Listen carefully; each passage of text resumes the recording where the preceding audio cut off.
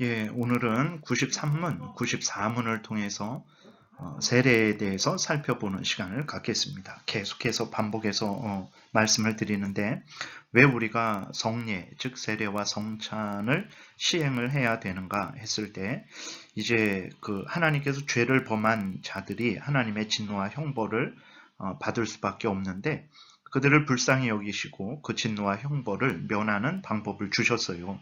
그것은 이제 예수 그리스도를 구주로 믿는 것, 생명에 이르는 참된 회개를 하는 것, 그리고 하나님의 말씀을 믿음으로 읽고 듣는 것, 그리고 네 번째로 성례, 세례와 성찬을 시행하는 것, 그리고 다섯 번째로 기도하는 것입니다.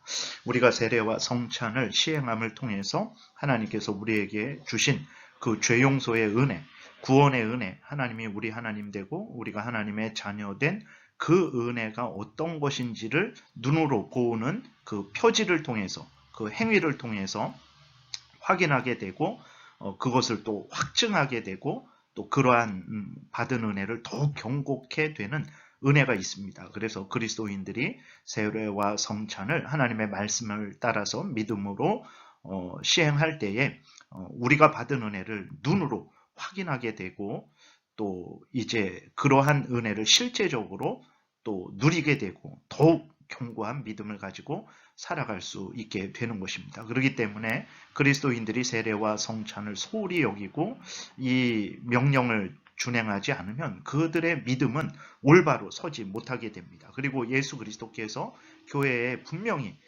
세례와 성찬을 제정하셔서 시행하라라고 명령을 하셨는데 세례와 성찬을 시행하지 않으면 그곳은 참된 교회가 아니죠. 왜 그러냐면 머리 대신 예수 그리스도의 명령을 시행하지 않는 교회가 예수 그리스도의 몸이 될 수 있겠습니까? 그렇기 때문에 여러모로 이 세례와 성찬은 반드시 시행이 되어야 되는 것이고 그러할 때에 이제 우리에게 참된 그리스도인들에게 참된 유익이 있게 되는 것입니다. 이제 93문을 살펴보게 되면 신약의 성례들은 무엇입니까? 답. 신약의 성례들은 세례와 성찬입니다. 그러니까 구약 시대에도 성례가 있었고 신약 시대에도 성례가 있는 거예요. 구약 시대의 성례는 할례와 유월절 식사죠. 그러나 이것이 이제 신약 시대에는 세례와 성찬으로 대체되었습니다. 그래서 더 이상 신약 시대에서는 할례를 행하지 않고 유월절 식사를 하지 않는 거죠. 그러나 의미는 할례가 세례로 이제 유월절 식사가 성찬으로 이제 이어진 그러한 통일성은 우리가 생각을 해야 되는 것입니다.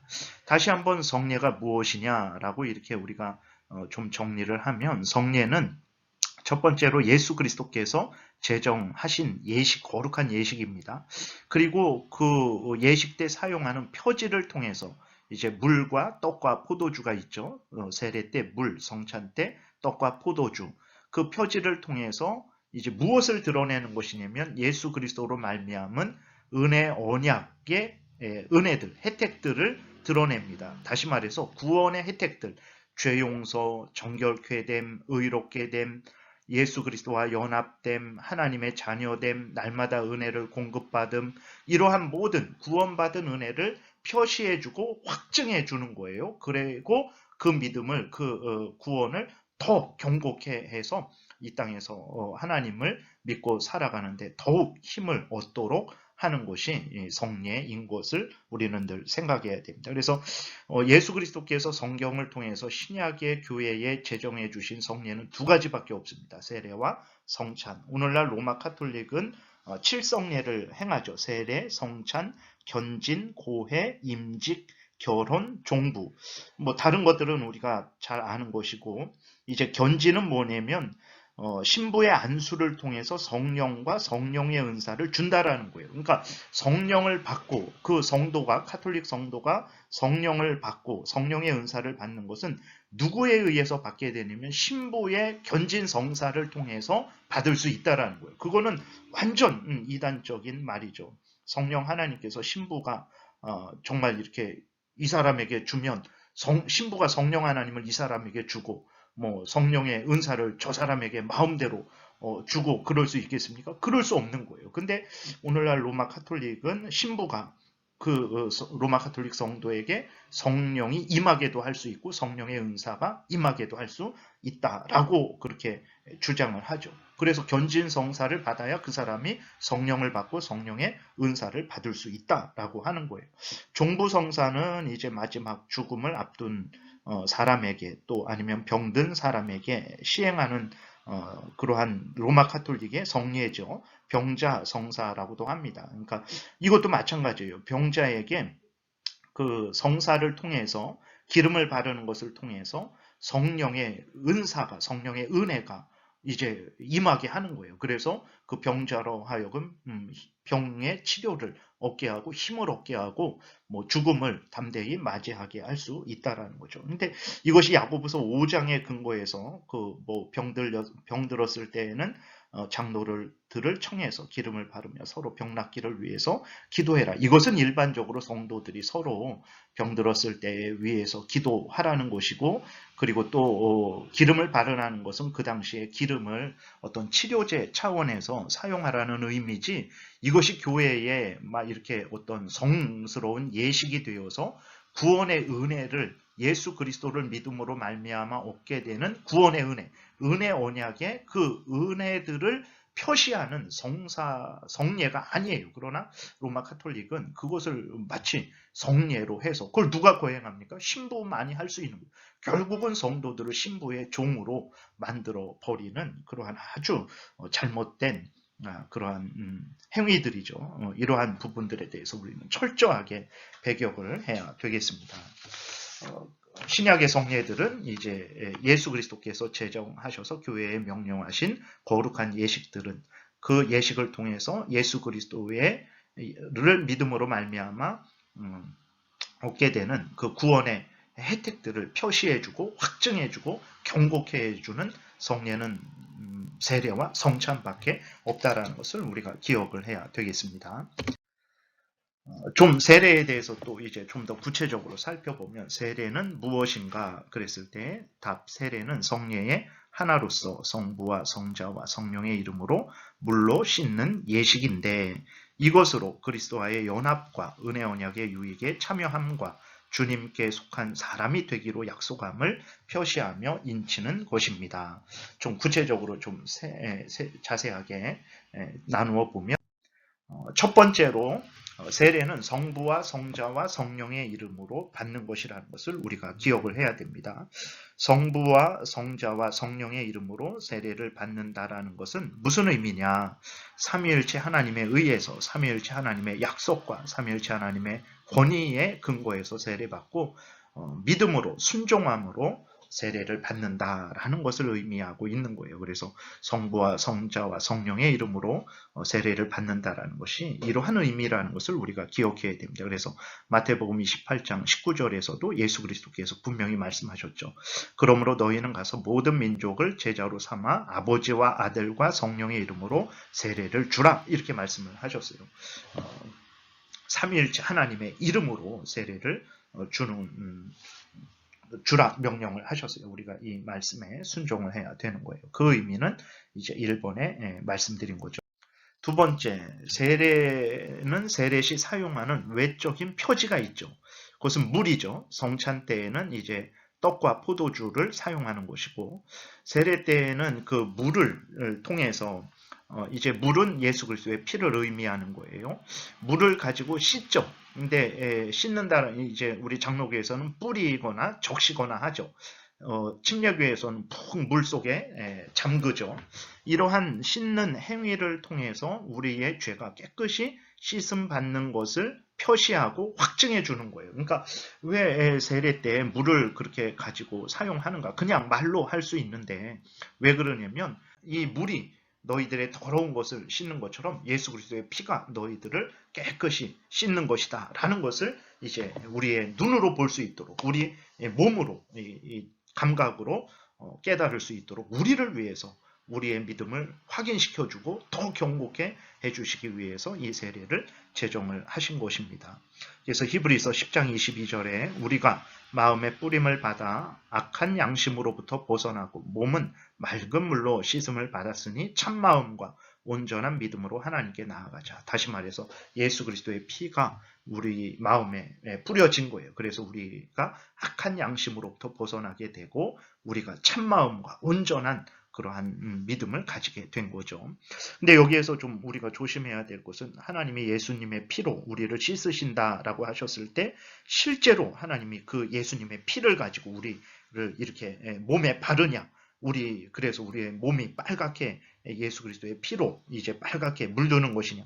그런 것이 아닙니다. 하나님이 예수 그리스도를 믿는 자들의 죄를 용서하시고 거룩하게 하시고 그 형벌을 사면해 주시는 영적인 역사를 그렇게 표현을 한 거예요. 예수 그리스도의 피로 너희들을 정결케 하겠다라는 것은 하나님께서 예수 그리스도의 실제적인 피를 가지고 우리의 양심을, 우리의 몸을 이렇게 실제로 씻는 것이 아니라 하나님이 그 예수 그리스도의 죽으심에 근거해서 그 피 흘리심에 근거해서 우리 대신 제물 되심에 근거해서 우리를 용서하시고 거룩하게 하시고 정결케 하시고 우리의 형벌을 면제시켜 주신다라는 것을 그렇게 말씀하시는 것이라는 것을 기억해야 되고, 세례 받을 때 그때 우리의 죄가 용서되고 형벌이 면제되는 것이냐? 아닙니다. 그것은 이 성례, 세례와 성찬은 이미 받은 하나님의 은혜를 우리에게 확증해 주는 거예요. 그것을 보여주는 거예요. 그래서 확증시켜 주는 거예요. 너가 예수 그리스도를 믿으면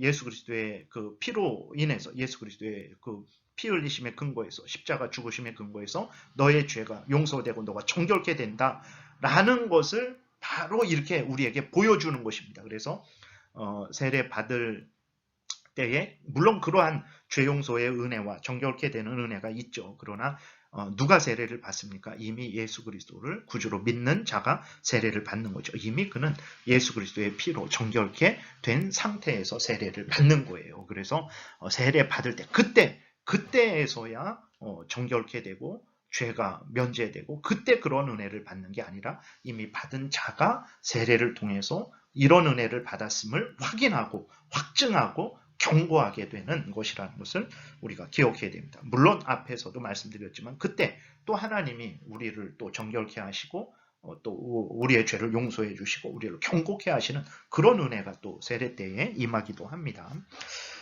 세 번째 보게 되면 세례를 통해 그리스도와의 연합을 표시하고 확증합니다. 그러니까 세례를 통해서 드러내는 것은 이제 예수 그리스도로 말미암아서 얻은 구원이 어떤 것인지를 우리에게 드러내 주는 거잖아요. 그래서 세례를 통해서 당신은 그리스도와 연합되었습니다라는 것을 표시하고 확증해 주는 거예요. 예수 그리스도의 피로 씻음 받은 우리들이 이제는 예수 그리스도에게 접붙임을 받아 즉 생명적 연합을 했다라는 거예요. 예수 그리스도에게 접붙임 받았다. 예수 그리스도와 연합되었다. 근데 그 연합이 어떤 연합입니까? 예수 그리스도로부터 모든 것을 공급받아서 자라가고 열매를 맺는 생명의 연합이죠. 그것이 요한복음 15장에서 말씀하고 있는 거예요.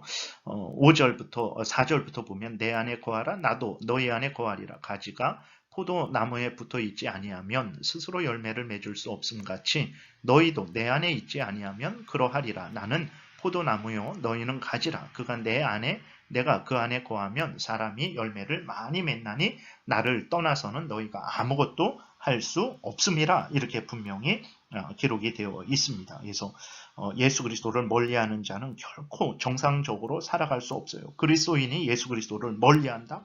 예수 그리스도를 의지하지 않는다. 예수 그리스도를 사랑하지 않는다. 예수 그리스도부터 모든 생명의 양식들이 우리에게 오는데 그 예수 그리스도와 멀어진다. 그거는 정말 말라 불태워질 수밖에 없는 거죠. 그리스도인이 예수 그리스도를 멀리하면 결코 살아갈 수 없습니다. 그렇기 때문에 그리스도인들은 더욱더욱 예수 그리스도를 날마다 가까이하고 의지하는 그러한 삶을 살아가야 돼요. 그것이 어떻게 그럼 예수 그리스도와 연합하고 의지하고 동행하는 것이냐? 요한복음 14장에서 나를 사랑하는 자는 내 명령을 지킨다 그랬어요. 예수 그리스도의 말씀을 따라서 하나님의 말씀을 따라서 즉 성경 말씀을 믿고 따라서 준행하는 사람이 바로 예수 그리스도를 가까이 하는 사람이라는 것을 기억해야 됩니다.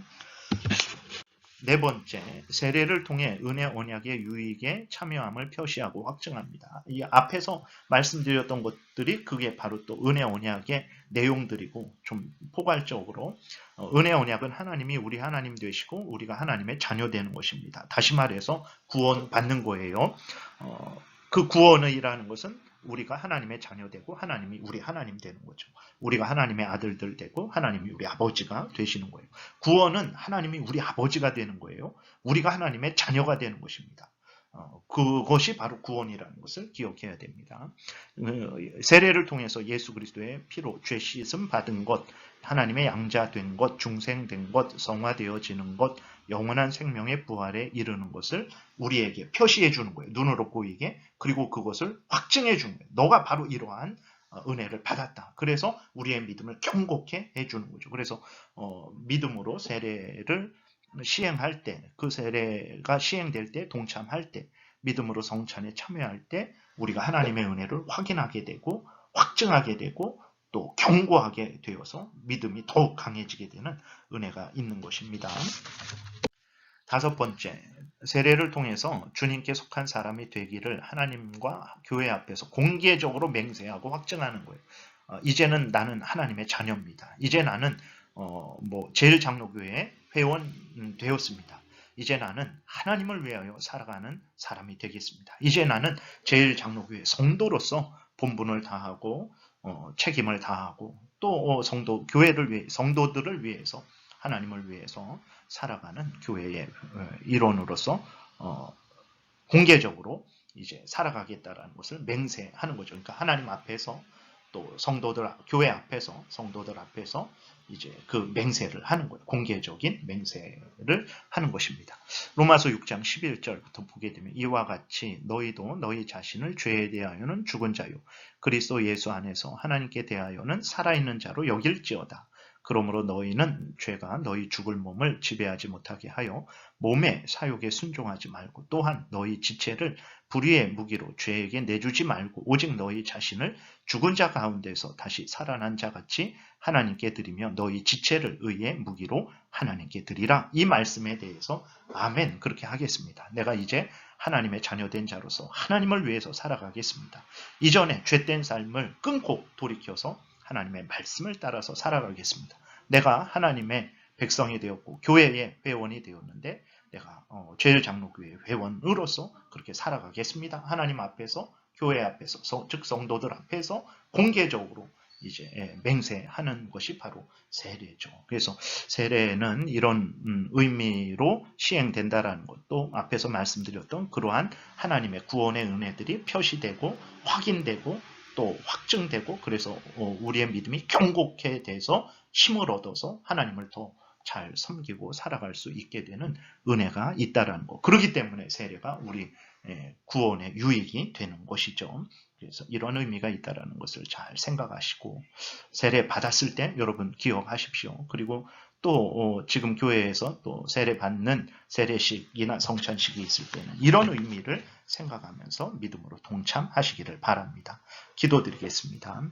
살아계신 하나님 감사합니다. 우리가 무엇이 간데 우리를 위해서 미련한 우리들, 깨닫지 못하는 우리들을 위해서 눈에 보이는 표지를 통해서 하나님이 주신 은혜를 드러내 보여서 알려주시고 이 은혜를 받았음을 다시 한번 확증해 주시고 그래서 우리의 믿음이 견고케 되게 하시고 이 땅에서 하나님 참 힘있게 살아가게 하시는지요. 하나님의 이러한 크신 은혜와 사랑을 깨달아 알고 세례와 성찬의 참된 의미를 늘 생각하고 항상 믿음으로 동참하고 또 이미 세례받은 자로서 하나님 앞에서 성도들 교회 앞에서 맹세하는 것을 기억하고 그 맹세를 잘 지키는 우리 모두가 되게 도우소서 예수님 이름으로 기도드렸습니다. 아멘.